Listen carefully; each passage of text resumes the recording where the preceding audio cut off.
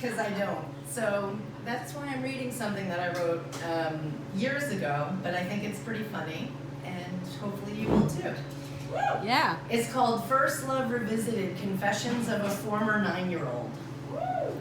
I met Gary on a sticky summer morning in 1979 when I boarded the minibus for my first day of camp.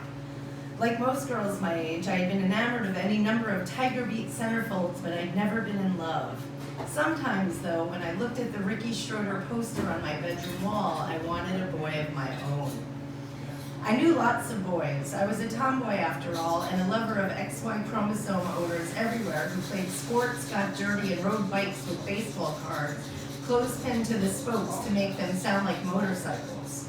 Boys didn't think twice about peeing in front of me, and I was the only girl at recess allowed to play kill the guy with the ball. Gary sat smooth and alone on a Naugahyde seat, looking like a grade school Clint Eastwood. At least that's what I thought, since I had recently watched one of his movies and decided I liked him. In reality, Gary lisped and had a cherubic face that retained some of the most adorable baby fat I'd ever seen. He had bright blue eyes and eyelashes as thick and dark as a girl's, and short brown hair that his mother parted on the side. He wore terry cloth shorts and a t-shirt with an iron-on goofy decal. Yes, he was for me, even if he was shorter than I was and had a higher voice.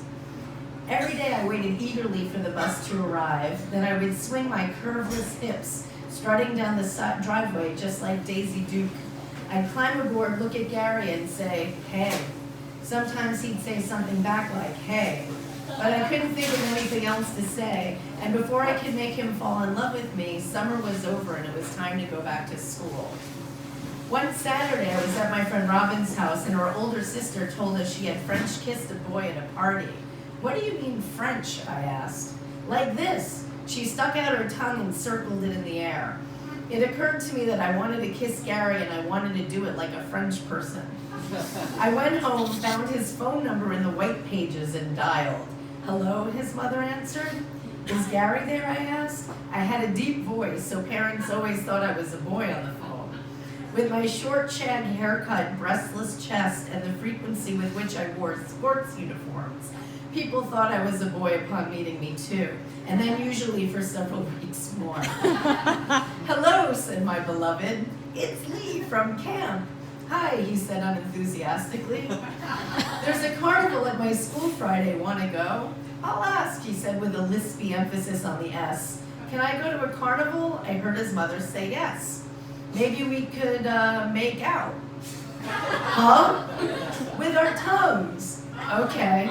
Great, meet me at the bouncy castle at 7. Friday arrived and I told my friend Robin my plans. She gallantly helped with the recon, and we found a far-off tree with enough privacy to give a girl and her tongue some room to roam. Robin wished me luck and went on her way. I checked my watch. A player kicked a soccer ball to make the seconds go by. Kick, kick, kick. 7:15. Kick, kick, kick. At 7:30, I went to yell at him.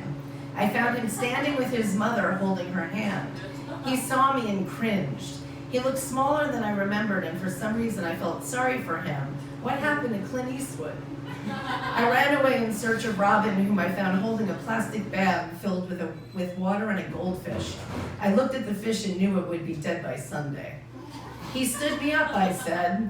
Robin put her arm around me and we went to wait in line for the roller coaster. I decided that I might want to forget about French kissing and maybe even love for a while. A year later, I got a call from Robin. Guess who's in my Hebrew class, she asked. Gary. My mouth went dry. He's in 4th grade, she squealed. He's younger than us. That was a big deal because, as any kid will tell you, a year is a huge difference, especially when you've got double digits under your belt. I hung up and suddenly everything made sense. It was like the end of The Usual Suspects when Chaz Palminteri realizes that Kevin Spacey made it all up. In a blur, I heard Gary's lisp and saw his goofy t-shirt and watched him hold his mother's hand. How could I have been so stupid? Oh my God, it just went away. Sorry, hold on. You got it. Oh, shite, sorry. It's almost there. Sorry. Dear God. No rush. Hold on. Sorry. Brilliant. It's almost there. It's one more paragraph. Okay. How could I have been so stupid? I later realized that this had been my first lesson in love. The humiliation and elation that always seem to go together.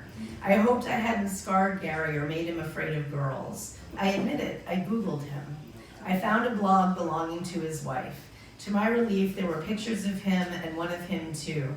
He looked pretty much the same, with that sweet face and those long, beautiful eyelashes. I was glad to see they still looked good on him.